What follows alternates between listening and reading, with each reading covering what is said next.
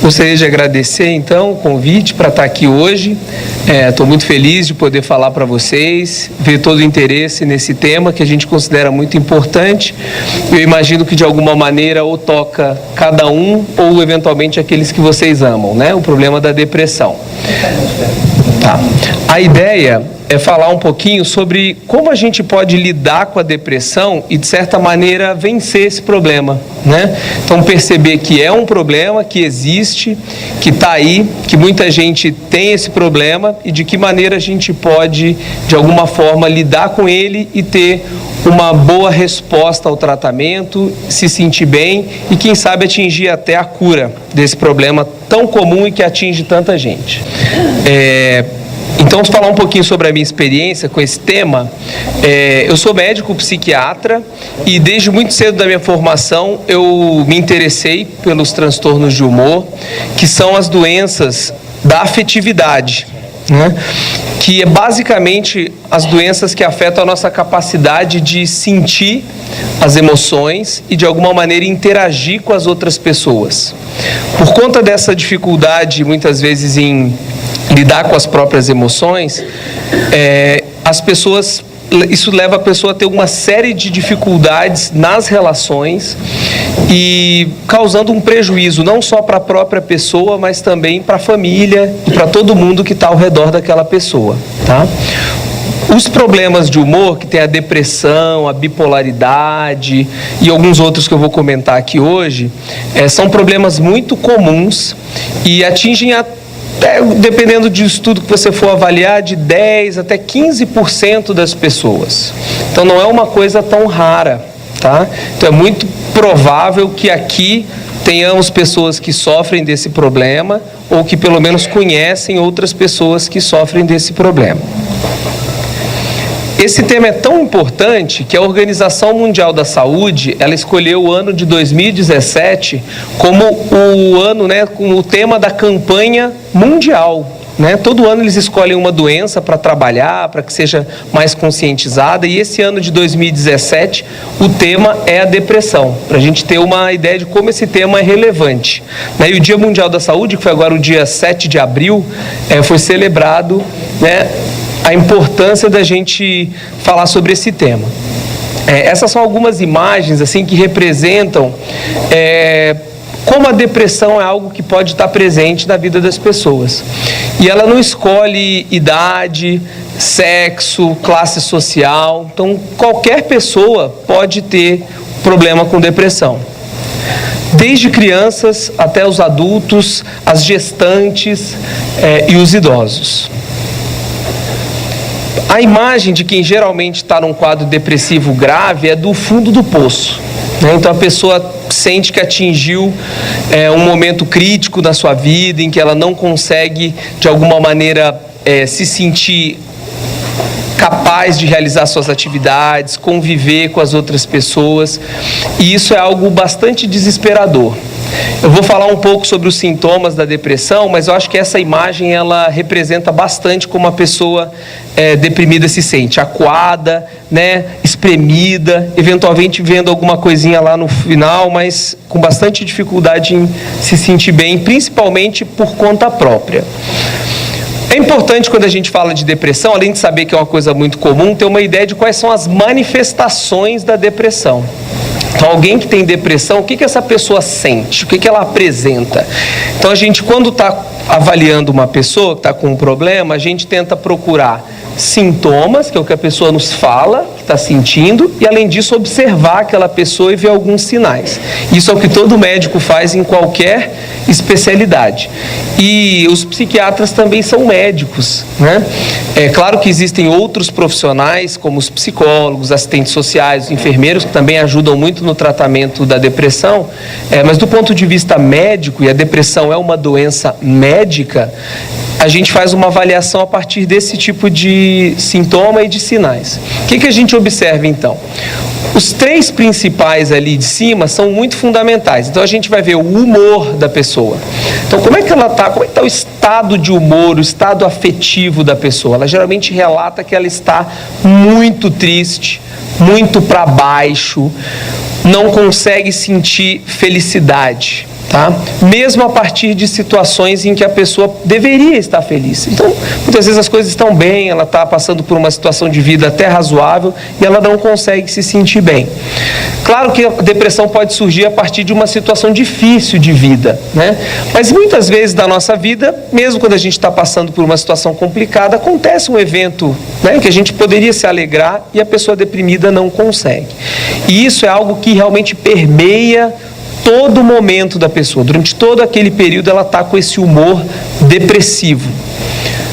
Há uma diminuição do interesse e do prazer. A pessoa tem dificuldade em fazer as coisas que ela gostava de fazer. Perde o interesse em estar com os filhos, em estar com o marido, em trabalhar, em se divertir. E além disso, quando ela consegue realizar alguma dessas atividades, ela não sente prazer, ela não sente o prazer habitual. Um outro sintoma muito comum é o sintoma da fadiga, o cansaço. Tá? Então a pessoa sente que ela precisa de muito mais energia do que o habitual para fazer as atividades, se esforçar muito mais. Outros sintomas comuns, alterações de sono, né? A tendência maior é ter dificuldade para conciliar o sono, para iniciar, para manter o sono. Dificuldades na alimentação. Muitas vezes a pessoa começa a ter aumento ou redução do apetite, ela pode perder ou ganhar peso. Ela começa a ter sentimentos de culpa, né? Começa a achar que não é uma boa pessoa, que não é uma boa mãe, que não é um bom marido, que não é um bom professor, um bom pai, enfim, nas suas atividades pessoais e profissionais. Esses sentimentos de culpa podem levar inclusive a pensamentos de morte, que não vale a pena estar aqui, que a vida não tem sentido, inclusive pensar em tirar a própria vida, tá? Levando inclusive algumas pessoas a realmente cometer o suicídio. Alterações motoras, então a pessoa pode ter uma certa agitação, uma inquietude. Algumas outras pessoas apresentam uma lentificação, né? Ficam mais lentas.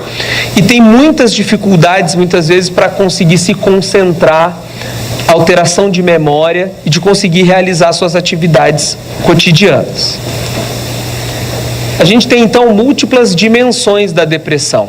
Então, todos esses sintomas que estão aqui, a pessoa pode apresentar. Eu já falei alguns, né? Mudança do sono, ideias de morte, de suicídio, sintomas físicos. Então a pessoa normalmente é bem, cheia de saúde, de vitalidade, de repente começa a ter dor aqui, dor ali, dor no estômago, cansaço, dificuldades muitas vezes com o intestino, o ritmo intestinal muda, a menstruação fica diferente. Então sintomas físicos os mais variados possíveis. E muitas vezes a pessoa busca, por exemplo, um clínico geral por múltiplos sintomas que quando a gente vai ver não tem uma explicação física, e sim está do quadro emocional da pessoa. Ansiedade, né? Fica muito angustiada, passa a ter medos, como eu já falei, mudança de apetite, sentimentos de culpa, choro, dores, né? Pioram, tristeza, sem energia, perda de interesse. Esses sintomas emocionais, às vezes a pessoa tem uma tendência já a se culpabilizar, a ter sintomas obsessivos, repetitivos, traumas, aquilo tudo fica reagudizado. Irritabilidade também é muito frequente, principalmente nos homens. Muitas vezes o homem não aparenta aquela tristeza profunda, mas ele está muito mais irritado, começa a beber mais, né? Usar drogas. Preocupações excessivas, dificuldade de concentrar. E principalmente eu quero focar um pouquinho no papel assim, da disfunção familiar. Então quando a pessoa está deprimida, todo mundo que está ao seu redor sofre. E aí a gente tem um certo ciclo, né? Esse mal-estar emocional, ele tende a ter uma repercussão física, então dores musculares, falta de energia, problemas de sono, perda de libido, alteração de peso, e acaba se refletindo no aspecto que os médicos gostam de chamar de funcional, que é a nossa capacidade de realizar as nossas atividades, seja atividades profissionais, seja as atividades do dia a dia, basicamente por dificuldades de concentração, falta de motivação, levando ao prejuízo social, profissional e familiar. A depressão já é hoje a principal causa de incapacidade nas Américas. Tá? No mundo todo a gente ainda tem muita desnutrição, né, violência, mas aqui nas Américas, Estados Unidos, aqui a América do Sul, já é considerada a principal causa de incapacidade e uma causa importante de afastamento do trabalho. Tá? Levando então a todo esse prejuízo para quem tem e para toda a sociedade. Esse impacto, então, da ruptura no cotidiano gera essa incapacidade. Em casa, no cônjuge, nos filhos, nos relacionamentos com colegas, amigos e familiares e no trabalho. Então, já dá para ver que a depressão, além de uma doença da pessoa, ela acaba atingindo toda a sociedade.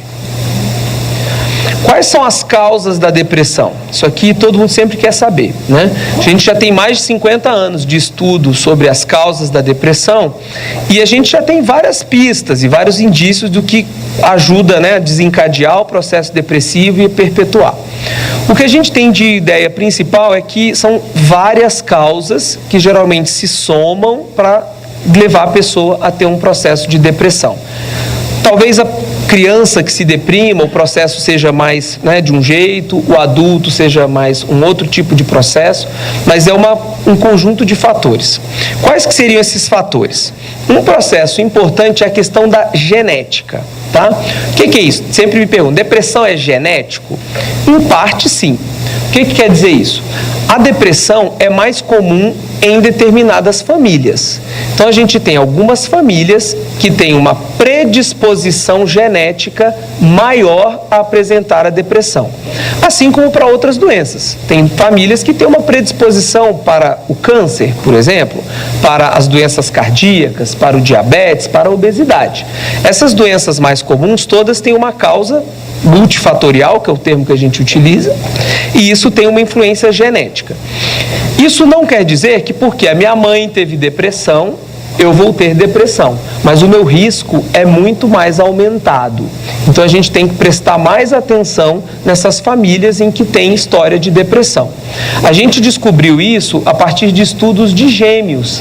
Então, quando você estudava os gêmeos, pegam gêmeos idênticos, que têm a mesma genética, gêmeos que não são idênticos, e você avalia, né, a concordância deles para depressão, quem que tem depressão, quem que não tem, a gente vê que a genética é muito importante. Isso é importante no sentido de ajudar a aconselhar as pessoas. Então, se eu tenho na minha família muitos casos de depressão, é importante que a gente oriente essas pessoas no que elas podem fazer para tentar prevenir e, da mesma forma, ficar mais atento que aquele tipo de alteração comportamental pode ser um quadro depressivo e precisa ser avaliado. Um outro fator são os eventos de vida, tá?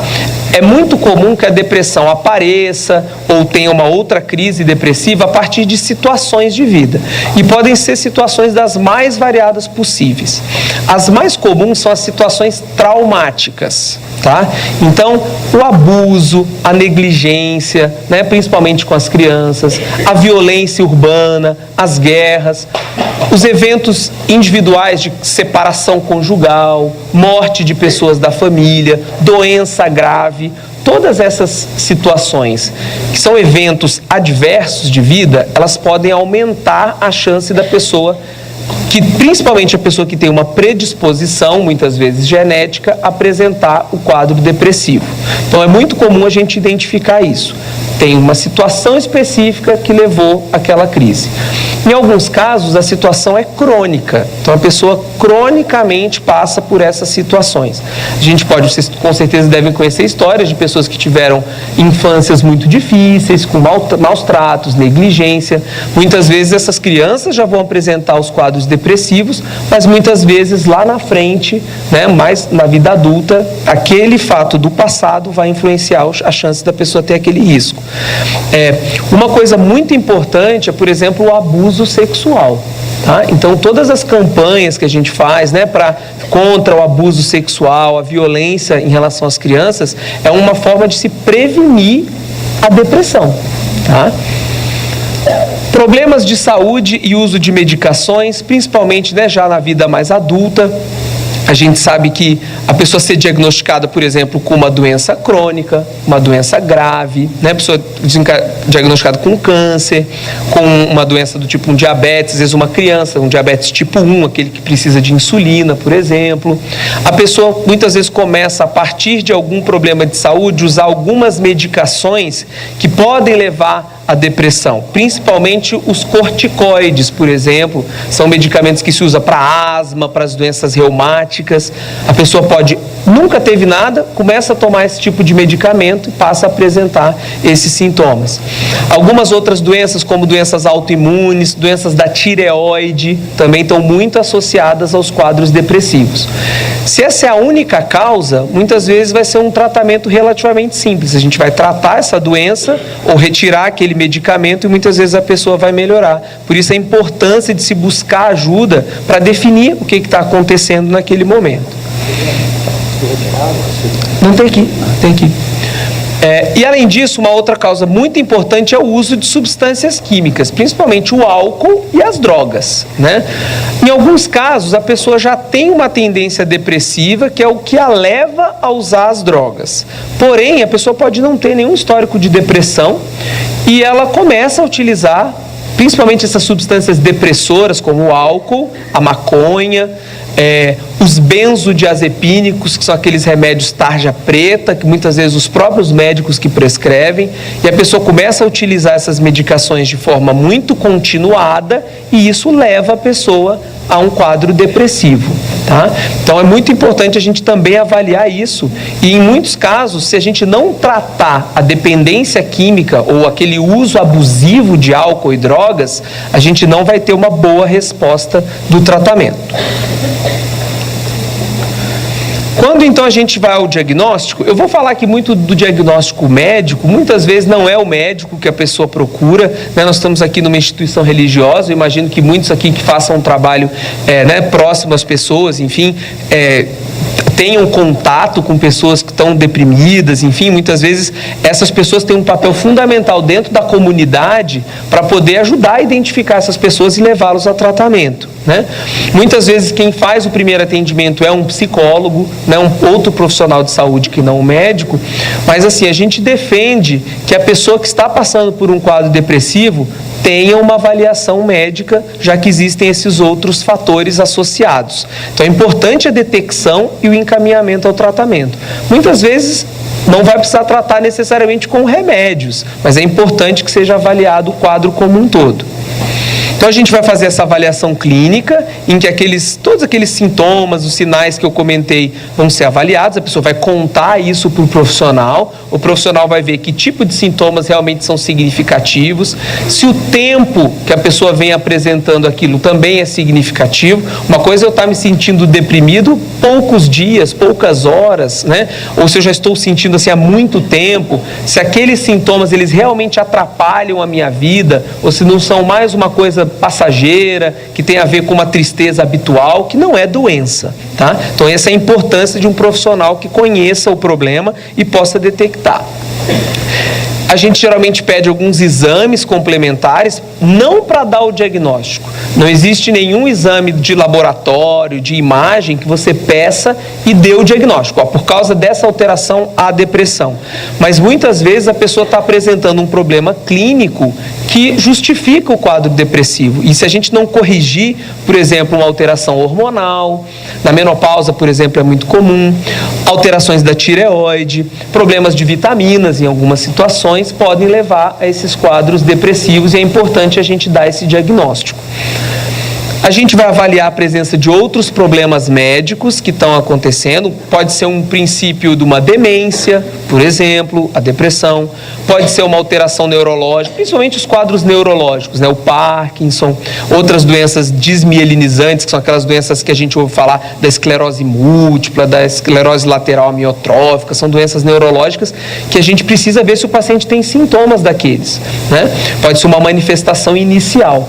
E o paciente que tem essas doenças graves também pode apresentar a depressão. Então, muitas vezes ele tem as duas coisas. Então, daí a importância de se avaliar, e às vezes a gente precisa até pedir uma ajuda de um outro colega, de outra especialidade, para poder avaliar aquele paciente. E além disso, a presença de outros problemas psiquiátricos. Então a pessoa pode estar deprimida agora, mas na verdade é, por exemplo, um problema de dependência química. Pode ser um problema de pânico, a pessoa tem um quadro ansioso de longa data, um transtorno obsessivo compulsivo, que é o TOC, talvez alguns conheçam, né? Aquelas manias excessivas. Pode ser um problema alimentar que a pessoa tem, pode ser um transtorno que a gente chama da personalidade, né? A pessoa tem um jeito de interagir com os outros muito difícil, isso aumenta a chance dela ter depressão. Então é importante a gente avaliar se aquele quadro depressivo ele está acontecendo isoladamente ou se ele está acontecendo dentro de um contexto de outros problemas também psiquiátricos, já que isso afeta o tratamento. Eu tentei representar aqui de forma gráfica quais seriam as maneiras que a pessoa pode apresentar a depressão. Nesse eixo aqui é o humor. Então o humor aqui para cima seria assim, um humor eufórico, feliz, né, muito bom. E aqui o humor mais depressivo, triste em excesso, depressivo, tá? E aqui ao longo do tempo. A ideia é que esse tempo aqui são semanas, meses, não é uma coisa de dias ou horas, tá? Então, o nosso humor, ele oscila numa faixa normal. Então tem dias que a gente está mais triste, tem dias que a gente está mais feliz, a gente teve uma boa notícia, eu fico às vezes quase que eufórico, né? Isso ao longo do tempo vai oscilando. Então isso seria um humor normal, tá? Inclusive às vezes eu passar um bom tempo, assim, várias semanas meio pouco para baixo, mas continuo fazendo todas as minhas coisas. Então isso é da vida, tá? Isso é da condição humana, tá? Se a gente for tentar sempre manter essa comparação do que seria o normal, o que seria, por exemplo, esse quadro aqui? A pessoa, vamos pensar que isso aqui são anos, tá? A pessoa tem, por exemplo, um período lá que ela vinha relativamente bem, oscilando, poderia até ter umas oscilaçõezinhas aqui, e de repente ela começa a ter esses sintomas depressivos, né? Ou seja, está o humor mais rebaixado por um bom tempo e de forma quase que contínua. Tá? Então isso é muito comum começar no final da adolescência e, por exemplo, permanecer ao longo do início da vida adulta. Isso aqui tem um nome, a gente chama de distimia, tá? É um tipo de depressão mais leve, tá? Então a pessoa aqui, vocês viram, não está lá afundada, né? Mas ela fica quase que o tempo todo meio triste, sem ânimo, sem vontade de fazer as coisas, não tem muito interesse na vida, mas ela é funcional, ela consegue realizar boa parte das suas atividades, tá? Isso tem tratamento e é um problema não ser detectado e nem tratado porque aumenta a chance de lá na frente a pessoa desenvolver um quadro depressivo. Então, se ouvirem falar da distimia, é isso, essa depressãozinha mais crônica, de muito tempo, que causa algum prejuízo, mas a pessoa consegue, na maioria das vezes, realizar suas atividades. Geralmente com uma sensação meio de frustração crônica, de falta de vontade de fazer as coisas, de que nada faz muito sentido. Uma outra condição seria, por exemplo, essa, em que a pessoa está lá, o humor oscilando, de repente ela tem uma ruptura, ela se deprime muito, o humor às vezes oscila um pouco, ela melhora um pouquinho, piora, melhora, e aí eventualmente depois ela recupera, tá? Isso aqui seria a evolução clássica da depressão, tá? Então eu vinha bem, em algum momento eu estive bem, eu me deprimi, fiquei deprimido, durante esse período que eu estive deprimido todos aqueles sintomas aconteceram, ou eu fiz um tratamento, ou eventualmente depois de um tempo eu melhoro, tá? Essa aqui é a manifestação mais comum da depressão, é eu ter algumas crises da depressão, muitas vezes uma única crise ao longo da vida. Pode ter acontecido aqui um problema sério, eu me separei, eu perdi meu emprego, alguém da minha família faleceu, tá? E muitas vezes, se a gente aqui nessa fase faz alguma intervenção, uma terapia, uma medicação, a gente reduz esse tempo. Muitas vezes a pessoa recupera mais rápido. E existem alguns casos até que a pessoa melhora por conta. E isso é um certo problema, porque às vezes a pessoa não busca o tratamento sempre achando que vai melhorar. Só que ela pode passar muito tempo depressiva e isso tem sérias repercussões para a saúde da pessoa. Essa aqui é uma outra forma que a pessoa pode ter. Então ela pode ter uma depressão, fica um bom tempo, podia ser até mais tempo aqui, tá? E aí ela recupera, aí ela fica bem, volta para suas atividades, ou porque melhorou espontaneamente, ou porque se tratou, e aí depois ela tem uma outra crise, tá? Isso é o que a gente quer tentar evitar, que a pessoa tenha o que a gente chama de depressão recorrente, ou seja, vários episódios de depressão, tá? Para a gente dizer que ela foi recorrente, ela tem que ter uma recuperação. Então eu tive uma crise depressiva que durou meses, às vezes anos, aí eu me recuperei, tá? Aí depois, mais para frente, depois de mais tempo, eu tenho uma nova crise. Às vezes acontece porque, por exemplo, eu paro de tomar o meu remédio antes do tempo, tá? Às vezes acontece porque eu tive uma nova situação de vida que desencadeou aquele processo, e uma vez que eu tive um quadro depressivo, a minha chance de ter um novo quadro depressivo, infelizmente, aumenta, tá? Então a gente precisa ficar muito atento com isso.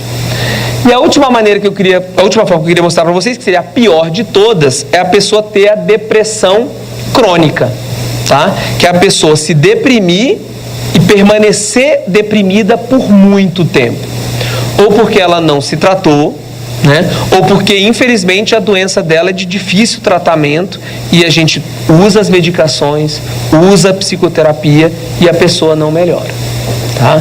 Isso aqui a gente também quer evitar. Então a gente quer evitar que a pessoa que melhora, né, do quadro tenha uma nova crise, e além disso que a pessoa que está deprimida não melhore. A gente precisa que a pessoa se recupere. Quais são então os objetivos do tratamento da depressão? Seria a melhora e a remissão. Remissão é acabar os sintomas, ou ficar com muito poucos sintomas, tá? Desses sintomas emocionais, físicos e cognitivos. Às vezes alguns melhoram antes dos outros. Às vezes a pessoa se sente um pouco menos deprimida, mas ainda está muito cansada, com dificuldade de concentração. Às vezes melhora primeiro a energia, mas a pessoa ainda está muito deprimida. Então isso varia muito de pessoa para pessoa, mas o objetivo é que a pessoa tente melhorar como um todo. Então no curto prazo é o retorno ao normal, tá? Então a ideia é que eu possa voltar a ser quem eu era antes. E no longo prazo é a prevenção de novos episódios, é que eu não tenha novas crises. E isso seria vencer a depressão, tá? O que a gente tem então como componentes do tratamento? A gente tem a medicação. Hoje em dia a gente não tem só a medicação. A gente tem, por exemplo, métodos de estimular o cérebro. Não é hoje em dia, tem um deles que tem mais de 70 anos. De estimular o cérebro para que o cérebro volte a funcionar normalmente, tá? Hoje tem a estimulação magnética, que é um tipo de estimulação. Existe o famigerado eletrochoque, tá? A eletroconvulsoterapia, que é um tratamento mais invasivo, porém extremamente eficaz.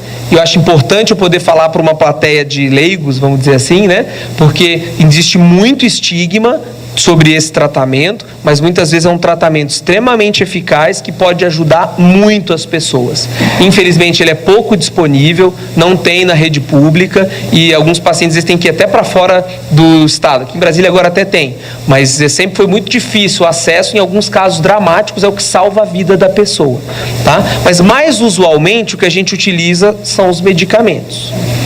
A psicoterapia, que são os tratamentos psicoterápicos, né, em que a pessoa se encontra com um terapeuta e vai trabalhar os problemas que a pessoa tem. Geralmente é um psicólogo, eventualmente alguns outros profissionais também fazem psicoterapia, até mesmo psiquiatras podem fazer. Mudanças no estilo de vida são muito importantes, eu vou comentar um pouco sobre isso. Em relação à medicação, os remédios que mais funcionam são os antidepressivos, tá? De vez em quando sai um artigo assim, antidepressivo não funciona, tá? Aí você vai lá ver o que é esse estudo. Eles juntaram alguns estudos que mostraram que para um tipo de pessoa realmente não melhora, que muita gente toma antidepressivo e depois recai, e aí de alguma maneira se faz um certo sensacionalismo. Hoje a gente não tem dúvida que, principalmente para as pessoas com depressões moderadas a graves, os antidepressivos são muito eficazes no tratamento da depressão, tá? Então isso não há nenhuma dúvida.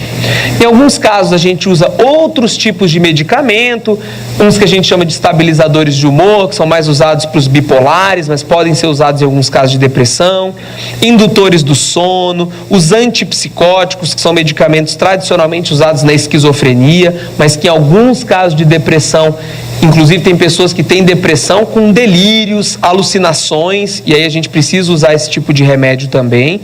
Então eles estão cada vez mais usados, tem problemas de se usar, alguns efeitos colaterais, mas também são usados. Os calmantes, tarja preta, né, que são os mais usados e mais prescritos, que muitas vezes os pacientes gostam muito, né, porque acalmam na hora, mas tem uma série de riscos. E os próprios estimulantes também são em algumas situações utilizados. Mas a gente tem que ter muito cuidado com esses dois, porque eles podem aliviar, às vezes momentaneamente, os sintomas. Em alguns casos é importante utilizar, né, até o antidepressivo fazer efeito, mas eles podem trazer uma série de problemas no curto, médio e longo prazo. Tá? Então é sempre importante estar sob supervisão de um profissional. Em relação à medicação, né, mais importante para vencer a depressão, tomar o remédio. Parece meio óbvio, né? Mas assim, tem um monte de gente que o remédio é prescrito e a pessoa não toma. E assim, a gente entende, porque às vezes passa um antibiótico que é para usar 7 dias, a gente toma 5, tô legal, paro de tomar. Né? Então quem toma remédio continuamente para pressão, para o colesterol, né, para diabetes, sabe como é difícil. Da mesma maneira o antidepressivo, mas assim, se não tomar, não tem efeito, tá? Por mais óbvio que isso pareça, a gente precisa reforçar, tá? O uso correto da medicação, além de tomar, eu tenho que tomar de forma correta. Então a gente precisa ter o horário correto, né? Tem remédios que se eu tomo ele de dia, ele dá sono, então eu preciso tomar de noite. Tem remédio que se eu tomo à noite, ele tira o meu sono, então eu tenho que tomar ele de dia. O profissional que vai prescrever a medicação, geralmente ele tem uma ideia desses efeitos e ele já indica naquele horário, né? E é importante que você tente usar aquele horário.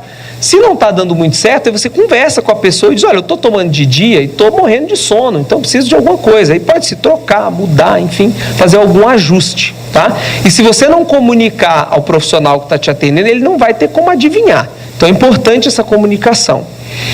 A dose correta. Pô, ele me passou esse remédio, é 500 miligramas. 500, é muito remédio. Vou tomar só 250, só metadinha, né? Aí o outro que é muito pior em termos de efeito colateral, o famoso Rivotril. Rivotril é só 0,5. Então 0,5 é baixinho, né? Melhor. Rivotril 0,5. No final das contas, para depressão é muito pior, tá? Então, o profissional que passou o medicamento, ele conhece o medicamento, então tem que tomar na dose que foi prescrita. E às vezes tem que começar com a dose baixa. Aí o paciente diz, não, estou tomando, não está adiantando, vou dobrar a dose. Às vezes precisa dobrar a dose, mas tem que ser feito aos poucos, tá? Então, seguir a orientação do profissional. E aí eu digo assim, ó, suguem o profissional. Tá? Durante o ato da consulta, perguntem, questionem, né? Às vezes eu atendo o paciente assim, tá, mas a senhora está tomando esse remédio por quê? Não sei. Tá, mas como assim? Como é que você toma um remédio que você não sabe para que serve? Não sei, o médico mandou, eu tomei. Enfim, se o marido manda, não faz, né? Se a esposa pede, não faz. Aí o médico mandou, faz. Não é bem assim, né? Então é importante perguntar, por que você está me dando? Esse remédio serve para quê? Ajuda no quê? Então é importante a gente questionar isso, para que a gente se sinta seguro em tomar a medicação, tá? E o tempo de tratamento. Não adianta eu tomar no horário correto, na dose correta, 2 meses. Fiquei beleza, parei. Tá? Não adianta. O processo depressivo é algo que demora para começar a acontecer e muitas vezes demora para a pessoa sair dele. E muitas vezes a pior é rápida, se eu abandono o tratamento. Principalmente se eu abandono o tratamento muito no início. Tá? Então, não é só porque o colega quer que você fique indo lá na consulta. Tá? Pode até ter alguém que faça isso, mas não é esse o objetivo. Você vai ter que ir lá várias vezes para ele avaliar o tratamento, ver se está tudo ok, e você vai precisar continuar indo para poder ser avaliado o momento de se retirar a medicação. Tá? Dependendo do caso, vai ser retirado mais rápido, dependendo do caso, vai demorar para retirar. Se eu já tive muitas crises, às vezes eu vou ter que ficar tomando muito tempo. Infelizmente, algumas pessoas têm que tomar quase que continuamente o medicamento, mas eu posso dizer, Não é a maioria das pessoas que tem que tomar o remédio de forma contínua o resto da vida, tá? Em algumas situações até você precisa, tá? Porém, em muitos casos que a gente vê de pessoas tomando antidepressivo de forma contínua, pode ser questionado o que está acontecendo, tá? Só que aí não adianta, eu estou tomando há muito tempo, eu vi uma palestra lá do Ombro Amigo, disse que não precisa tomar para sempre, eu vou parar o meu remédio, porque não precisa, eu estou curado e venci a depressão. Não é por aí. Mas assim, a gente tem que questionar o que está acontecendo, né? Culpa ainda é do Ombro Amigo. Manejo dos efeitos colaterais é outra coisa importante. Esses remédios são assim, de boa, como dizem os adolescentes, de boa. Não são de boa, né, gente? Tem muitos efeitos colaterais, cada vez menos. Os remédios mais novos tendem a ter menos efeitos colaterais, mas ainda tem, tá? Então, quando a gente opta por usar uma medicação, se é um profissional razoável, vou colocar assim, ele pôs na balança o custo-benefício. E ele está optando por te dar aquela medicação porque o benefício que você vai ter é maior do que um potencial prejuízo por conta dos efeitos colaterais. E aí o paciente também tem que estar achando isso, né? Então ele tem que perceber que o meu prejuízo é grande e que eu vou me submeter eventualmente a fazer um tratamento com alguns efeitos colaterais, porque a minha qualidade de vida vai melhorar. Quais são os efeitos colaterais mais comuns? Alteração do apetite, no médio e longo prazo, tá, gente? No curto prazo é aquilo, começa a tomar tontura, enjoo, né, náusea, dor de cabeça, prende o intestino, solta o intestino, fica com a boca seca, tontura, já falei, dor de cabeça, bom, vários efeitos colaterais, tá? Geralmente dura uma semana, tá? E depois passa, a maioria deles, tá? Se eu aumento rápido, se eu uso no horário que não é o adequado, eu aumento a chance disso persistir. Se isso está persistindo, a gente pode pensar em usar uma outra medicação, tá? Então é importante essa comunicação com o médico. Tremores podem acontecer, né? No médio e longo prazo, os efeitos mais comuns são alterações do apetite, infelizmente geralmente para mais, né? Aumentar o apetite, podendo levar ao ganho de peso, e alterações da questão sexual, da libido, que é da vontade de ter relações sexuais, alteração no tempo para atingir o orgasmo, também é muito comum, tá? São efeitos que são muito comuns, em alguns casos há forma de você tentar aliviar isso daí, e às vezes trocando o medicamento, por exemplo, também pode ajudar. Então é importante conversar com o profissional. Se esse efeito colateral ele é muito difícil de ser tolerado, a gente muitas vezes vai usar por menos tempo, tá? Enquanto a pessoa realmente está precisando usar a medicação. Hoje a gente tem medicamentos mais novos, associações de medicamentos que às vezes ajudam muito a mitigar os efeitos colaterais, tá? E na maioria dos casos a relação custo-benefício vale a pena, tá? No sentido de eu melhorar da depressão, mesmo eu tendo que passar por alguns efeitos colaterais. Em relação à psicoterapia, então o remédio é para melhorar principalmente agudamente a pessoa, tirar ela da crise e prevenir que ela tenha novas crises. Tem outras coisas que a gente precisa fazer para ajudar a sair da crise e ajudar a prevenir outras crises, tá? A psicoterapia, então, pode ajudar no tratamento dos sintomas, então eu conversar, e aí o psicólogo vai utilizar técnicas específicas para ajudar a pessoa a superar os sintomas, para isso que ele tem um treinamento. Melhorar o meu padrão de comportamento, que muitas vezes está alterado, está ruim, né? No sentido de eu estou obsessivo com algumas coisas, eu estou compulsivo, eu preciso me controlar um pouco melhor, trabalhar minha raiva, né? Trabalhar o meu uso de substâncias. Vai me ajudar a resolver alguns conflitos. Eu não falei que ela afeta toda a família? Então, às vezes, a família está em frangalhos por conta da pessoa que está em depressão, não por causa da pessoa em si, por causa da situação, né? E aí precisa ajudar a resolver esses conflitos, e muitas vezes são os conflitos também que iniciaram o quadro.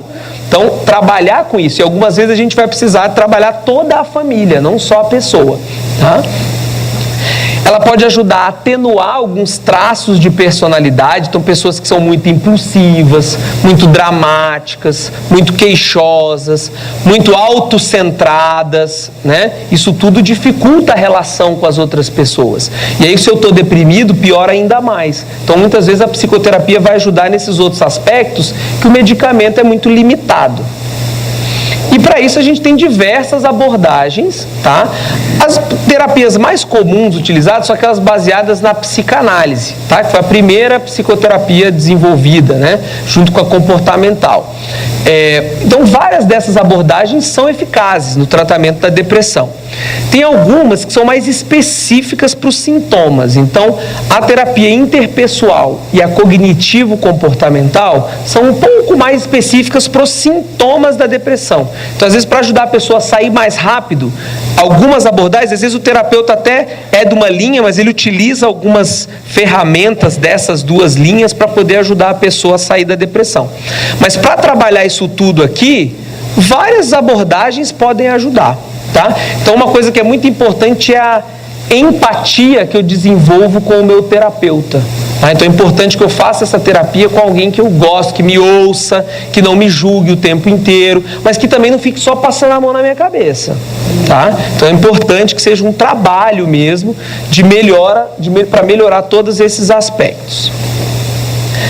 Aí eu queria reforçar um pouquinho a mudança do estilo de vida, tá? Então, você pode usar a medicação, você pode fazer a psicoterapia, mas tem algumas coisas que, se você não mudar, a chance de você persistir deprimido ou piorar, ter uma nova crise é muito grande. O que eu vou destacar aqui?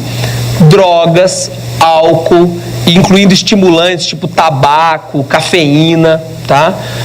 É muito importante que a gente tome cuidado com isso, tá? Tem inúmeros pacientes que estão tomando as medicações, continuam usando essas substâncias e não melhoram. Aí você diz, esse cara não melhora com nada, ele é resistente ao tratamento, não está funcionando. Quando você vai ver, porque a pessoa continua bebendo ou usando drogas, tá? Os estimulantes, muitas vezes, eles, por exemplo, dificultam o padrão de sono, que é outra coisa que eu vou falar. Então, você acaba, melhora um pouco da depressão, mas eu não durmo, meu sono é agitado. Então, né, o padrão de sono é muito importante. Eu preciso ter um horário mais ou menos fixo para dormir, um horário mais ou menos fixo para acordar, inclusive nos fins de semana. Eu tenho que evitar estímulos excessivos à noite para eu poder ter um sono mais tranquilo. Às vezes eu preciso ter técnicas específicas para me relaxar, para eu conseguir dormir melhor. Em algumas situações a gente usa medicações para ajudar no padrão de sono, mas dependendo do remédio, o tarja preta piora o sono. Faz você apagar e dormir, mas o sono lá, o que está acontecendo dentro do seu cérebro é pior para o sono. Então, usar rapidinho, quando eu não estou muito mal, tudo bem, mas usar a longo prazo piora o padrão de sono, tá? Por isso que eu falei, tenham cuidado. Atividade física. É muito difícil um paciente com depressão, já teve várias crises, essas depressões mais crônicas, que consiga se recuperar 100% e vencer a depressão sem fazer exercício físico, tá? Tem vários estudos que mostram que, se você começou a tomar o remédio, melhorou mais ou menos, e eu começo a fazer exercício, melhora tanto quanto eu dar outro remédio junto, tá? Então, muitas vezes a pessoa não vai se curar ou usando somente o exercício. Eu diria que provavelmente não vai acontecer isso, né? Tem gente que fala, não, para curar minha depressão eu fui correr. Possível, pode ajudar bastante a pessoa fazer um exercício físico, mas assim, se a pessoa estava realmente muito deprimida, é difícil que ela se cure, tá? Mas como uma mudança de estilo de vida, é muito importante fazer atividade física. E hoje a gente sabe assim, que é interessante que tenha alguma atividade aeróbica. Então realmente a caminhada, a corrida, a natação, a hidroginástica, né? O futebol, os esportes, né? Muitas vezes vai precisar fazer também algum reforço da musculatura, né? Ir para academia mesmo, enfim, mas fazer uma atividade pelo menos de 3 a 4 vezes por semana é muito importante. Na hora que a pessoa está muito deprimida, às vezes é difícil. Eu tinha um professor que dizia que era tortura você chegar para um paciente muito deprimido e dizer, você tem que fazer exercício físico, tá? Mas a partir do momento que a pessoa começa a melhorar, né, é importante que ela faça o exercício e que, mesmo bem deprimida, ela tente sempre estar se movimentando. Alimentação. Está mais que provado que comida altamente processada, né, fast food, comidas muito processadas, biscoito recheado, miojo, esse tipo de alimento comido, né, ingerido de forma muito continuada, por muito tempo, está associado à depressão. Tá? Isso é importante nos jovens, tá? Que muitas vezes se alimentam muito mal. Então, uma dieta balanceada é muito importante para conseguir vencer a depressão. Tá? No Brasil, a gente ainda tem uma dieta um pouco melhor, né? Geralmente as pessoas comem em casa, no trabalho. Nossa dieta, inclusive, ela é elogiada em termos mundiais. Se for comparar o que a gente come com o que os americanos comem, por exemplo, nossa dieta é muito melhor. Porém, está piorando. Tá? E quanto mais tem crise econômica, mais difícil a gente comer fruta, legumes, né? Provavelmente a gente está aqui de uma plateia que todo mundo consegue ter uma dieta balanceada se quiser, mas não é a realidade de todas as pessoas, infelizmente. Então essa intervenção do alimento é muito importante, tá? Eu não costumo recomendar assim polivitamínico. Tá? Agora, tem gente que tem dieta tão ruim que às vezes a gente começa repondo algumas vitaminas e tentando, né, tirar para aquela pessoa até, às vezes é obesa e é desnutrida, no sentido que não tem os alimentos, tá, mais importantes. Então não é uma recomendação genérica, né, mas algumas pessoas até podem se beneficiar disso. E aí uma outra coisa que eu estou chamando aqui de transcendência, que é assim, é eu ter um significado na minha vida, tá? Além de estar vivo, me alimentar, me reproduzir e morrer, tá? Isso é algo muito variado, tá? E é difícil assim a gente prescrever isso para as pessoas, né? Dizer, você tem que fazer isso. Mas a gente tem que ter uma sensibilidade de tentar identificar o que é daquela pessoa, tá? Então esse significado, esse sentido da vida, ele pode estar em várias coisas. Nós estamos aqui numa instituição religiosa, é possível que vários, né, sejam até aqui da própria denominação, enfim. E então a espiritualidade, a religiosidade é uma delas, tá? Então você se dedicar a uma crença religiosa pode te ajudar a vencer a depressão, tá? Hoje em dia a gente sabe assim, mudou muito. Antigamente tinha algumas igrejas que diziam assim, isso é só falta de oração, tá? Então venha para a igreja que será curado. Talvez até você já tenha ouvido isso e tomara que eu não seja apedrejado. Mas enfim, hoje a gente sabe que é difícil a pessoa se curar só com oração. Porém, faz parte do tratamento, caso a pessoa se identifique, tá, com a espiritualidade, que ela desenvolva, tá? Às vezes a pessoa diz assim, não, mas eu não gosto de igreja, não gosto de religião, não é a minha praia. Tá, então qual é a sua praia? Tá? Pode ser, por exemplo, como eu coloquei ali, ó, meditação. Esse aí até tem espiritualidade aqui, ele não sacou muito que tem. Mas assim, a meditação, por exemplo, eu consegui me tranquilizar, né, me ater ao agora, ao momento presente. Muitas vezes é uma coisa que ajuda muito, né? Pode ser uma oração, né? Mas como pode ser a própria meditação. E tem gente assim que rejeita, tá? Qualquer tipo de crença ou de espiritualidade. Aí a pessoa pode, por exemplo, desenvolver um trabalho voluntário, por exemplo, tá? E isso muitas vezes vai dar um sentido para a vida dela. Pode trabalhar com adoção de animais, por exemplo, tá? Eu posso fazer um trabalho voluntário num hospital contando história para crianças com câncer, tá? Eu posso fazer alguma outra coisa para ajudar a dar sentido na minha vida e preencher um pouco esse vazio que a depressão causa. Tá? Isso vai curar a depressão? Muitas vezes é o que falta para vencer a depressão, tá?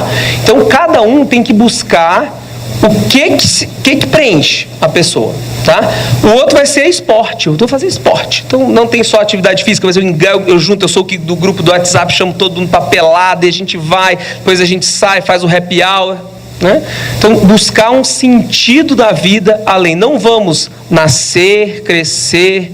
Aqui em Brasília diz que aí é fazer um financiamento, passar no concurso, fazer um financiamento para comprar um apartamento no Sudoeste, passar a vida pagando e morrer, né? Então vamos viver mais do que isso, né? Lá na Câmara, eu sou médico da Câmara, aí diz que o sonho do profissional da Câmara é ter um coreano na garagem e um apartamento no Sudoeste, né? Então vamos ser mais que isso, né, gente? Por favor, tá?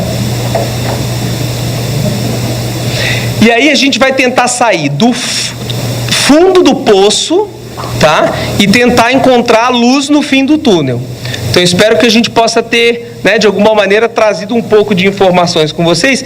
E quem sabe o túnel seja assim uma coisa mais aprazível, tá?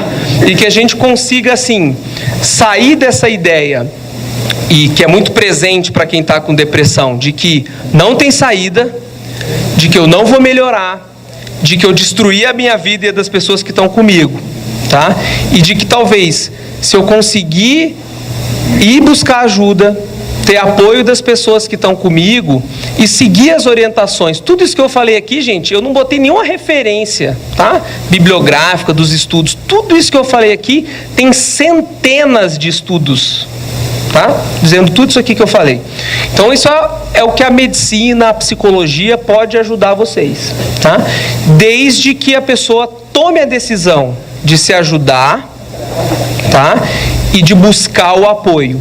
Vai ser difícil? Vai ser difícil, né? Porque mesmo assim, se eu tô com a muletinha, mesmo andar nessa paisagem bonita aqui, pode ser difícil, né? Se eu tô com dificuldade de caminhar.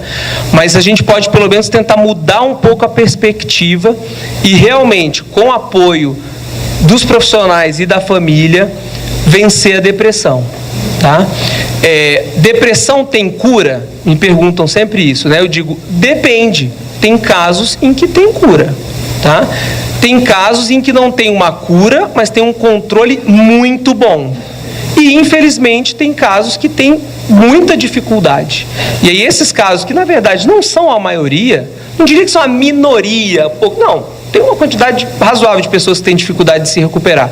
Mas com o apoio e com tudo isso que eu falei aqui, que também não é muito fácil, tem condição da gente ter uma vida com muito mais qualidade. Certo? Era mais ou menos isso que eu queria falar. Eu imagino que talvez algumas pessoas tenham perguntas, a gente pode abrir, né, alguns minutos para pergunta. O Hélio agora que vai dominar aí. Por favor, não sai daqui. Mas antes das perguntas, eu vou falar rapidinho da próxima reunião, próxima palestra. Será no dia 4/8, com a psicóloga, mestra, doutoranda em psicologia pela USP, e psicóloga clínica organizacional, Elisa Leão. Tá? E depois, no dia 1º, o tema, sim, o tema resiliência, a capacidade de superar problemas. E no dia 1/9, dia 1º de setembro, terceira idade. Você está preparado? Com Ana Luísa Fontoura Moraes. 1º de setembro. Então, dia 4/8, resiliência, capacidade de superar problemas, e dia 1º/9, terceira idade. Você está preparado? Nós vamos passar para a sessão, para um momento de perguntas. Eu creio que não vai ser muito demorado. E queria deixar todos à vontade para saírem se quiserem. Quem não quiser ficar nesse momento, como durante toda a palestra, foi livre para sair, também é livre agora.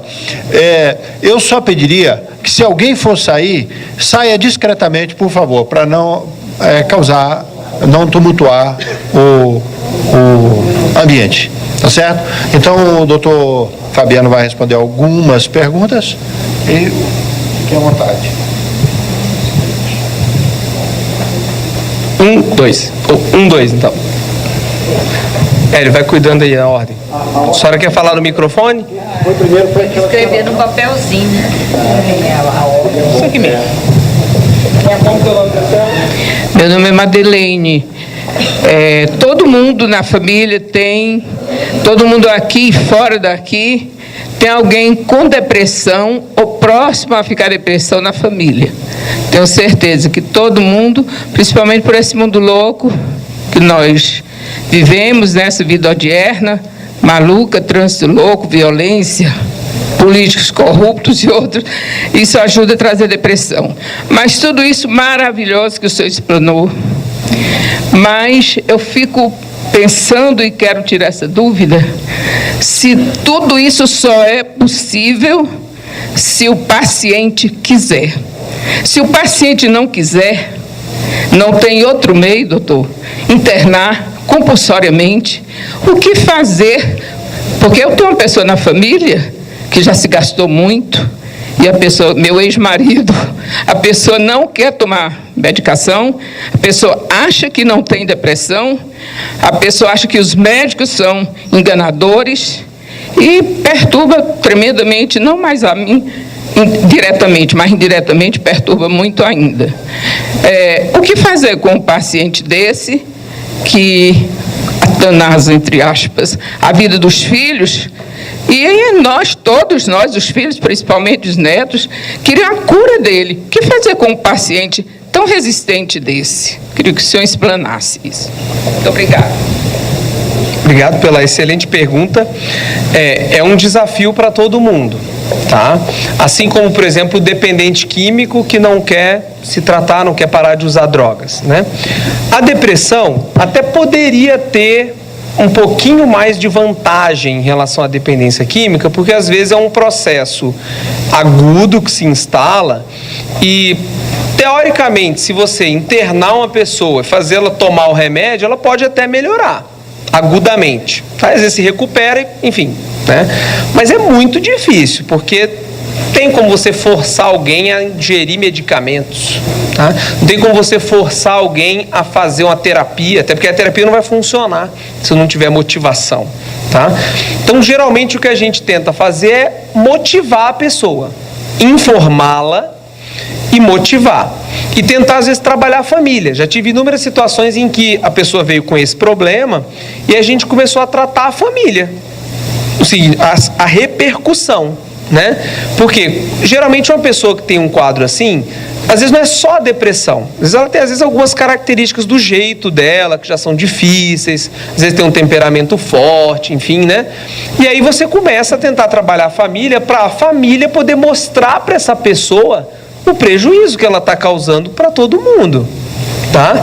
E aí, se a pessoa tiver alguma sensibilidade, preocupação com as pessoas da sua própria família, com seus filhos, com seus netos, com a sua esposa, com seus pais, ela às vezes começa a perceber que, olha, isso que eu estou tendo, esse tipo de comportamento, que pode ter a ver com a depressão ou não, está prejudicando os outros, né? É uma abordagem parecida com o cara que está usando drogas e não quer parar de usar drogas. Você ajuda a família, incluindo, assim, a dar limites para essa pessoa, né? Porque muitas vezes a pessoa está com depressão e ela, de alguma maneira, precisa de ajuda, né? E aí a gente pode se propor a ajudar. E aí, ao ajudar a pessoa, ela se aproxima da gente, né? Quando ela só nos afasta, é muito mais complicado. E, assim, o psiquiatra, ele tem que ter muita capacidade de tolerar a frustração, tá? Porque muitas vezes os pacientes querem se tratar, em outro momento não querem, abandonam o tratamento, enfim. E às vezes a gente tenta passar um pouco isso para a família, de que assim, olha, às vezes faz parte dessa doença da pessoa ela não querer se tratar nesse momento. Tem gente que se perde, infelizmente, tá? O que eu acho que dá para fazer, então assim, não adianta muito internar, fazer o eletrochoque à força, difícil. E esse tipo de coisa a gente faz quando a pessoa está completamente fora de si. Diz, ela está psicótica, tá? Você até pode internar à força, compulsoriamente, involuntária. Geralmente é involuntária que a gente fala. Compulsória quando o juiz manda, né? Involuntariamente, faz um tipo de tratamento que às vezes melhora a pessoa e ela passa a querer aceitar, né? Mas geralmente é informação. É trazer ela numa palestra dessas, por exemplo, né? Dar material, dar um livro, né? E de alguma maneira trabalhar a família para tentar mostrar assim, olha, isso que está acontecendo está destruindo a sua vida e a nossa. Então assim, nós não vamos aceitar mais isso, tá? Essa é uma decisão difícil, porque às vezes a pessoa vai lá e se afunda mesmo, né? Então assim, é uma coisa caso a caso, mas se eu pudesse dar uma mensagem de mais otimismo, é tentar trabalhar a família com informação e motivação, mostrando os prejuízos. Mais ou menos como quando a pessoa fuma, né? Precisa parar de fumar, quando não quer fazer um tratamento específico, a gente tenta trabalhar essa motivação. Tá bom?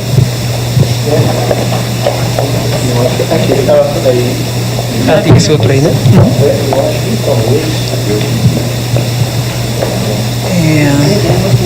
Qual que é o nome da senhora? Nélia. Nélia. Assim, sobre o seu caso, a gente tem na família um caso similar, e ela falou, a pessoa tem depressão, mas será que é só depressão? Já está diagnosticado com certeza que é depressão? Porque a gente pensou que fosse uma depressão e era um caso muito mais complicado que tivemos que fazer a internação, né? Mas o que eu queria perguntar, assim, doutor, Por que esses remédios? É uma coisa que me angustia muito, os remédios, os efeitos colaterais dos remédios. Não sei se alguém já tomou, é horrível tomar esses remédios. Eu já tive a experiência de tomar remédio depois de um câncer, de uma depressão tremenda que eu me afundei. Eu tomei remédios que eu tive vontade de morrer no primeiro comprimido. No primeiro comprimido, no segundo comprimido. Dá uns efeitos que, meu Deus, será que não tem um jeito de tirar? É porque eu, muitas vezes, deixei de me tratar. Porque eu prefiro ficar na depressão crônica do que sentir aquele negócio.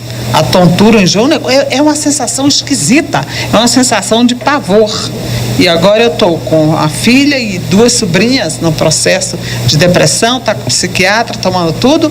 Elas têm todos os sintomas horríveis, como o senhor falou, dor de cabeça, não sei o quê. E agora é uma coisa que me assusta. É tremendo, e o psiquiatra aumenta a dose, e aí tremendo, e eu vou fazer o quê? Eu falo, não, tem que diminuir, porque o cara diz que tem que aumentar, mas eu acho que um diz que tem que aumentar, outro diz que tem que diminuir, tá vendo? É porque é o seguinte, você sabe de si. Claro. Você sabe dos seus limites. Então, o que é 50 miligramas, 500 para um e fica numa boa, pode ser um desastre para o outro. E eu estou assim sem saber orientar. Eu estou orientando que diminua.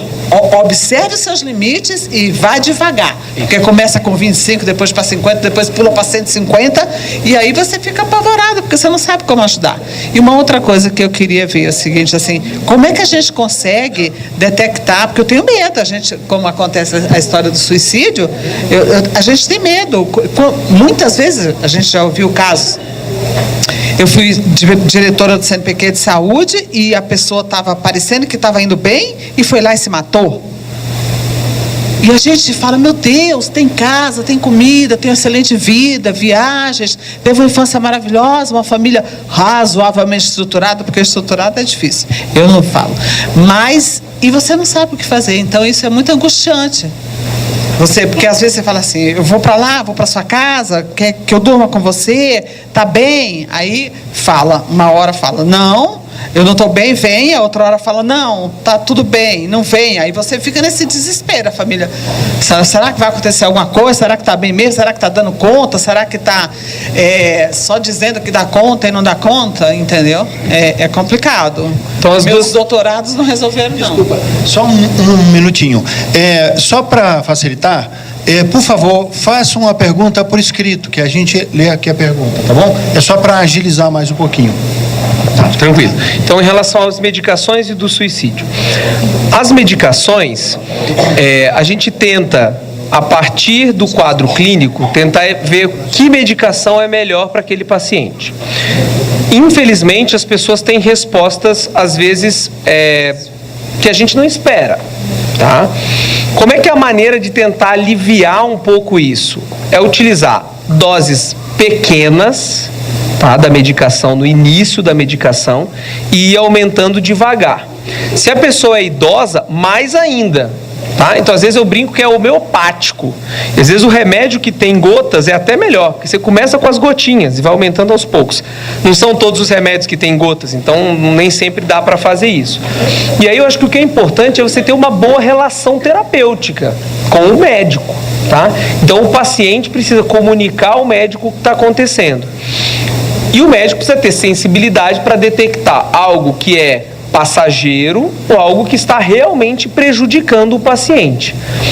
Hoje, repito, existem medicações mais tranquilas e que as pessoas conseguem fazer os tratamentos. Pode acontecer de no início ser bastante difícil de tolerar? Pode.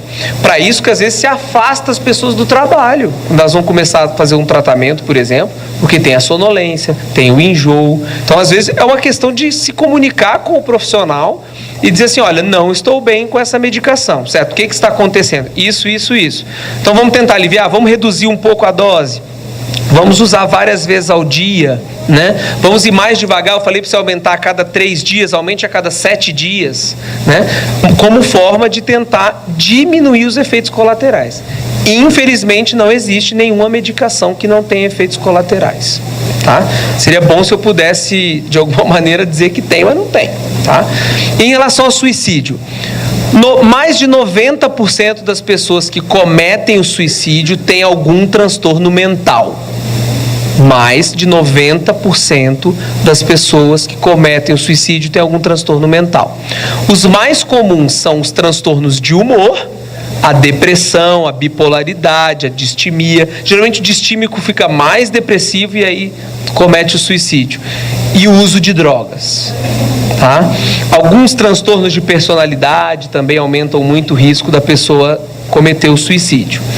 Geralmente a pessoa, quando comete o suicídio, que ela está deprimida, ela está bem deprimida, tá? E às vezes acontece dela estar muito deprimida, ela começa a melhorar e aí, é o que se diz, ela começa a se sentir bem, no sentido de energia, às vezes ela consegue cometer o suicídio, tá? Então, a pessoa com uma depressão grave e que manifeste ideação suicida, ela tem que ser vista muito de perto e às vezes até ser internada. Se a ideação dela, a vontade de se matar é muito forte e ela tem plano de se matar, ela já comprou a corda, reservou, muitas vezes ela verbaliza. E tem um dado que é alarmante. Muitas vezes a pessoa que se matou, na semana anterior, teve contato com o serviço de saúde. Ela foi na emergência, dizer que estava muito mal, estava em crise. Ela teve a consulta com o psicólogo, ela foi no psiquiatra, entende? Então, muitas vezes a pessoa dá algum sinal. Então é importante estar atento a esses sinais, que é o quê? É falar. É você poder perguntar para a pessoa como é que ela está, se ela está bem, se ela está pensando nisso. Pensar não induz ninguém, tá? Então perguntar para alguém se ela tem ideia de morte não faz ninguém se matar, tá? Do mesmo jeito que assim, dizer que o fulano se matou aumenta a chance de matar alguém, depende de como é feito, tá? Por isso que na televisão não falam quando as pessoas se matam, né? Por isso que teve toda essa polêmica a respeito dessa série que teve aí do Netflix, né, da adolescente. Por quê? Porque às vezes a maneira como é abordado o tema, ela de alguma maneira, as pessoas que já estão pensando, o impulso que elas precisam. Porém, num contexto da pessoa estar deprimida, é importante que se fale sobre isso. E os profissionais, principalmente os psiquiatras, os psicólogos, tendem a abordar isso, ou deveriam. Se não abordam, está errado, tá? Tem como prevenir o suicídio? A melhor maneira de prevenir o suicídio é tratar a depressão, é diminuir o uso de drogas, tá? Eventualmente tem aquela pessoa muito impulsiva que comete um ato impulsivo e às vezes ela erra e morre, né? Então ela estava aqui revoltada, brigou, enfim, pegou perto da janela, escorregou e caiu. Isso é um suicídio, mas talvez ela não tivesse um plano, morreu por suicídio. Agora, no caso da depressão, geralmente é um processo que vai acontecendo, a pessoa vai se vendo sem saída, né? E geralmente são as pessoas que estão muito deprimidas e com muita desesperança. Perderam o sentido da vida. Tá? Duas perguntinhas. O senhor quer fazer uma pergunta? Doutor, quando o seu organismo não aceita nenhum antidepressivo, eu já tentei todos que possam existir no mundo. Já fui nos Estados Unidos, já fui na Europa, na Dinamarca, e o meu organismo não aceita nenhum antidepressivo. Isso que o senhor, eu não sei o que eu faço para resolver isso. Quando o senhor falou na estimulação magnética transcraniana, eu já fiz lá com o Dr. Rafael Borchardt. Não deu efeito nenhum. Não fiz o choque elétrico. E essa depressão minha é crônica. Então, eu não sei o que fazer, porque nenhum antidepressivo o organismo não aceita. Não adianta fazer. É tomar um dia, 2, tem que parar. E se depois o senhor puder dar seu telefone do seu consultório, quem sabe? Quem sabe se o senhor não vai ser o meu salvador da pátria. Certo. Então é o seguinte, infelizmente, obrigado pelo teu testemunho, isso é uma coisa muito difícil da gente lidar, o paciente tem muita dificuldade, gera uma descrença, uma desesperança nos tratamentos, né? E infelizmente existem alguns casos em que isso acontece. Primeira coisa é avaliar o diagnóstico. tá? Você pode ter um quadro depressivo, né? Depressão, e ser outros problemas psiquiátricos. Eu imagino que já foi feito isso, já avaliou, e deve ser a depressão mesmo. Certo. Então assim, mas é importante sempre pensar nisso, tá? Por exemplo, a bipolaridade é um tipo de doença psiquiátrica, um transtorno do humor, em que a pessoa tem muita depressão. Só que, na verdade, não trata com antidepressivo. Tá? Então, assim, eu entendo, talvez você esteja dizendo que tomou os antidepressivos, mas deve já ter tomado vários outros medicamentos, incluindo os antidepressivos, certo? Quando não funciona, a gente tenta esses métodos que a gente chama físicos, que é a estimulação magnética, a eletroconvulsoterapia, que é o eletrochoque, o ECT, que é muito eficaz, principalmente em quem já tentou de tudo e não deu certo. Então, talvez seja algo que tem que ser considerado. Ser avaliado se não há problemas neurológicos associados, tá? E aí aquilo, tem na família histórico, é um caso já mais orgânico mesmo de problema, né? O cérebro realmente já está muito condicionado a funcionar nesse modo depressão e a gente não está conseguindo tirar de lá. E hoje existem algumas técnicas mais invasivas, nós estamos inclusive testando uma lá no hospital universitário, que é por meio de cirurgia. Tá? Só que tipo de cirurgia? Antigamente o paciente ficava agitado, você ia lá, cortava metade do cérebro dele, ele ficava babando o resto da vida. Um cara ganhou um prêmio Nobel de Medicina por causa disso. Tá? Numa época em que não tinha nenhum tipo de tratamento, isso era feito para tentar tratar a agitação que não melhorava com nada. Lobotomia. Hoje isso é uma aberração, enfim, né? O tipo de cirurgia que se faz é de estimulação, tá? Você tem estimulações profundas e estimulações mais superficiais. Então se faz um pequeno orifício na calota craniana e se introduz eletrodos. Algumas vezes é lá profundamente, outras vezes são aqui na periferia da calota craniana e usa como se fosse um marca-passo cardíaco, tá? Uma bateriazinha, e isso fica estimulando. E esses estímulos elétricos, eles muitas vezes estimulam o cérebro a melhorar a depressão. Então é um tipo de tratamento heróico para casos que muitas vezes já tentou-se de tudo, tá? O que tem que sempre ver assim, qual é o tipo da intolerância? É porque não funcionou ou é porque não tolerou o remédio? Né? Então assim, acho que passou por um médico muito bom, o Dr. Rafael, né? Então tem que ver assim, o que realmente aconteceu, tá? Mas acho que existem ainda coisas a serem feitas, por isso que eu acho que tem que sempre manter a esperança. Em psiquiatria eu sempre digo, olha, opção sempre existe, tá? É difícil, realmente chegou no final e não tem mais nada para se fazer. Mas eu gostaria de fazer um teste com o senhor. Certo, tá bem. Tá bom. Tem mais alguma? Eu estou com pena do doutor. Você ainda tem criança pequena? Tem, mas pode ter. Hoje eu estou com a mãe já. Tem mais, dá para mais uns 10 minutos. Então, o outro não está funcionando. Então vamos fazer o seguinte, nós vamos, quando completar, você falou 10 minutos? Não, dá para responder essas aqui, ó. São muitas. Não, dá para responder. Não? Ó, uma pessoa que toma antidepressivos e se sente bem, mais tranquila e tem medo de ficar mal, agressiva, ansiosa e tem vontade de tomar a vida toda. Pode ser, né? É uma coisa assim, pode. Tá? Se eu quero tomar o antidepressivo a vida toda, dependendo do tipo do remédio, do efeito colateral que eu tenho, tem gente inclusive que tem que tomar a vida toda, tá? Mas assim, eu tento ter uma outra abordagem, eu tento ver assim, trabalhar o medo da pessoa de ficar sem o remédio, tá? E aí ver se ela já está tomando há um bom tempo, está estável, há 6 meses, 1 ano, 2 anos, tem gente que está estável há 5 anos, tá? Faz exercício, come bem, faz terapia, dentro do possível, família mais ou menos estruturada, né? Trabalho está estável, por que não tentar ir reduzindo e eventualmente tirar a medicação? Sob supervisão, né? Com o médico de perto, acompanhando, né? Muitas vezes é possível.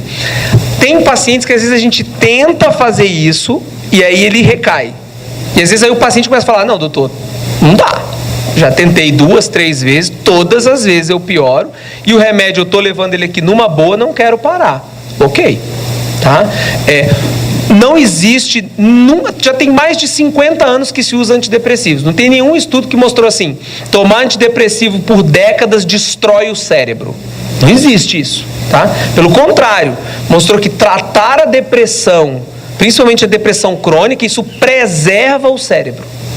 Tá? Há menos chance de você ter uma série de doenças degenerativas, incluindo as demências. Tá? Medicamentos antidepressivos, citou alguns dois aqui, podem causar lapsos ou diminuição de memória? O medo é que isso seja irreversível, isso não é importante ou pode reverter. Alguns medicamentos, às vezes a pessoa tem a percepção de que, ao invés de melhorar, piorou a memória, a concentração. Isso até pode acontecer. Tem que ver se não é ainda resquício da depressão e não efeito do remédio. Então é importante, assim, às vezes o tratamento é diminuir a dose, porque às vezes a dose está alta e está causando isso, mas às vezes a dose está baixa. E eu tenho que aumentar a dose para tratar a depressão e aí melhorar. Então a gente tem alguns parâmetros que a gente avalia, caso a caso, tá? Caso seja um sintoma, por exemplo, de dificuldade de memória, de concentração do remédio, maioria absoluta das pessoas, você para de tomar o remédio, melhora. Mesma coisa a questão da disfunção sexual. Estou com queda de libido, né? Se eu já estou bem da depressão e estou com uma certa queda de libido pelo remédio, quando eu vou parar de tomar o remédio, vai voltar 100%. Tá? A depressão está se tornando endêmica? Os agrotóxicos podem induzir ou aumentar a propensão à depressão? Então, isso é um pouco polêmico, tá? Não parece estar tendo um aumento assim exponencial da depressão, tá? Houve uma certa mudança nos critérios, então se você for comparar estudos assim da década de 70, 80 com os de agora, é um pouco maior, mas é que tem a ver mais com os critérios diagnósticos, tá? Parece estar aumentando um pouco mais na infância, na adolescência, tá? E na vida adulta. Nos idosos, talvez tenha um pouco a ver com o envelhecimento do cérebro. Então as pessoas estão vivendo mais, o cérebro fica mais envelhecido com o passar do tempo e aumenta a chance de ter depressão, tá? Então assim, é difícil dizer que tem uma epidemia. O que existe, assim, também muitas vezes as pessoas estão sendo mais diagnosticadas, tá? Então está diagnosticando mais, isso dá a impressão de que as pessoas, que tem mais gente com depressão. E também existem mais pessoas usando antidepressivos para outras causas. Às vezes assim, aumentou 10.000% a prescrição de medicamento. É igual quando fala da Ritalina, mesma coisa, tá? Aumentou. Além de que tem mais gente se tratando para depressão, tem gente tomando antidepressivo porque tem dor crônica, fibromialgia, tá? Aqui deve ter várias pessoas com fibromialgia, infelizmente, é uma doença muito comum, né? Estão usando para enxaqueca, dores em geral, vários outros problemas. Dentro da psiquiatria, quadros de ansiedade, não tem nada, não tem um pingo de depressão, nada. Sou super de bem com a vida, mas eu sou ansioso, tenho toque, tá? Já tive pânico, usa antidepressivo. Apesar do nome ser antidepressivo, usa para ansiedade, então aumentou também muito por isso. Então há uma certa percepção de que aumentou, mas assim, os estudos não mostram esse aumento assim tão absurdo, tá? Da depressão. Em relação aos agrotóxicos, assim, tudo que for, se o agrotóxico for neurotóxico, pode, tá? Pode. Assim como se eu uso medicamentos que atuam no sistema nervoso central, podem aumentar. Por exemplo, em relação aos alimentos, né? Como é que é um alimento? Você falou, comer muito McDonald's dá depressão? Talvez, tá? Qual que é a ideia? Quando você come muita comida processada, você aumenta a inflamação do seu corpo, tá? E tem a ver com as bactérias que a gente tem na barriga, tá? No intestino. E isso é uma causa de uma série de doenças. E hoje eles estão vendo que talvez tenha a ver, inclusive, com a depressão, tá? As doenças que acometem o cérebro, como Alzheimer, mal de Parkinson, têm mais predisposição em pessoas com depressão ou histórico depressivo? Existe alguma ligação? Isso é bem importante, essa pergunta. Aparentemente, sim, não é a única causa. Então, a ideia é assim, eu tive depressão, vou aumentar o meu risco de ter Alzheimer? Talvez, tá? Alguns estudos estão apontando, porque é um estado tóxico para o cérebro, tá? A fisiopatologia é um pouco diferente, tá? O processo cerebral é um pouco diferente, mas parece que há um certo risco aumentado para algumas doenças degenerativas do cérebro, assim como pode haver para o câncer, tá? Então, mais uma vez, é importante identificar e tratar a depressão. Depressão mata, e não é só por suicídio, Tá? A pessoa, quando ela está deprimida, uma série de funções fisiológicas ficam alteradas. E provavelmente são essas alterações fisiológicas que vão levar ao risco dessas outras doenças. A Associação Americana de Cardiologia já aceitou, podemos dizer assim, já identificou a depressão como um fator de risco cardiovascular para o infarto, para o AVC, tá? Assim como fumar, assim como não fazer exercício físico, assim como a obesidade. O efeito é um pouco menor, não é assim o mesmo efeito de fumar, mas também aumenta o risco, tá?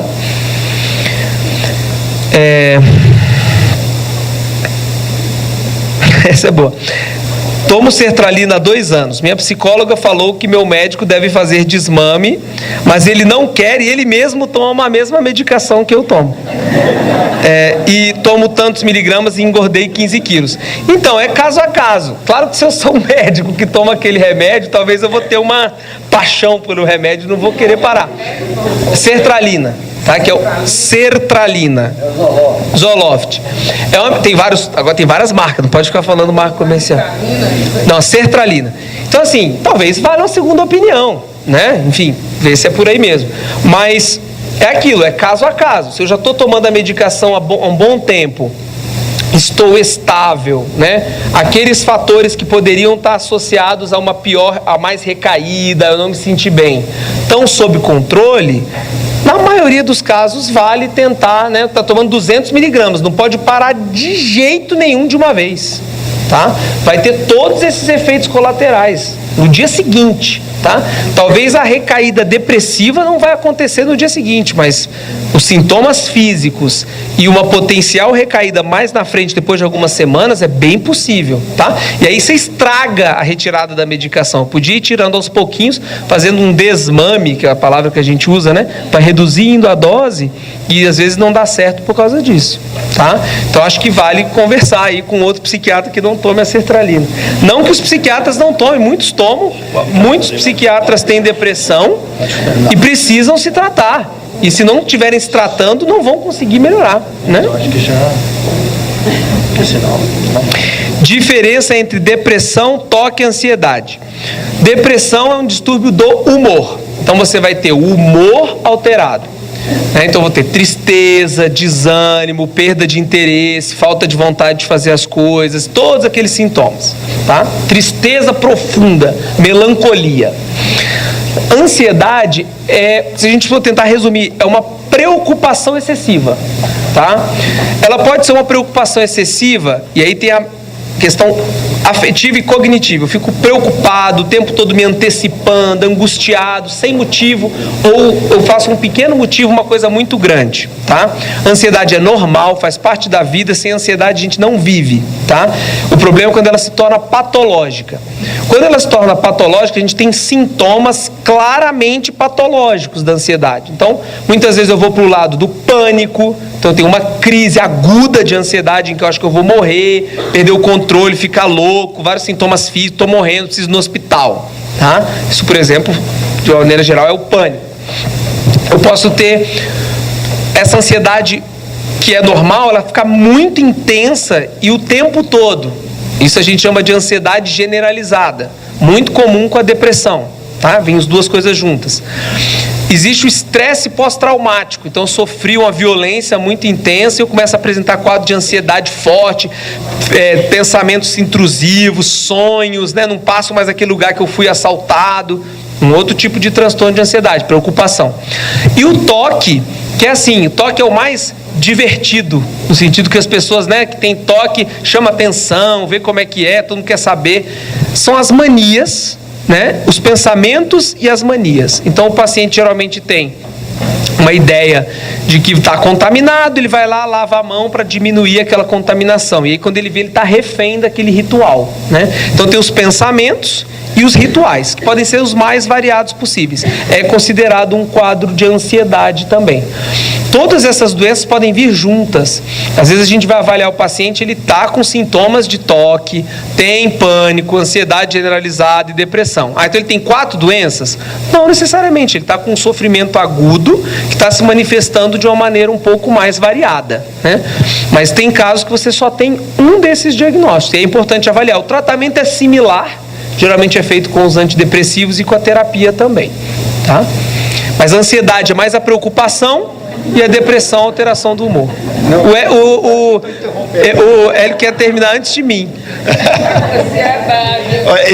É o psiquiatra que eu faço tratamento. Estou até precisando dar uma passada lá. Eu quero saber se você... Gente, na verdade é o seguinte, até por uma questão ética, assim, toda vez que eu aceito dar uma palestra desse jeito, eu evito ao máximo divulgar a questão profissional, coisas do tipo, tá? No momento, particularmente, eu não estou recebendo novos pacientes. Culpa sabe de quem? Do Eduardo Cunha, tá? Desde que o Eduardo Cunha aumentou as minhas horas na Câmara dos Deputados, eu não tenho mais horário de consultório.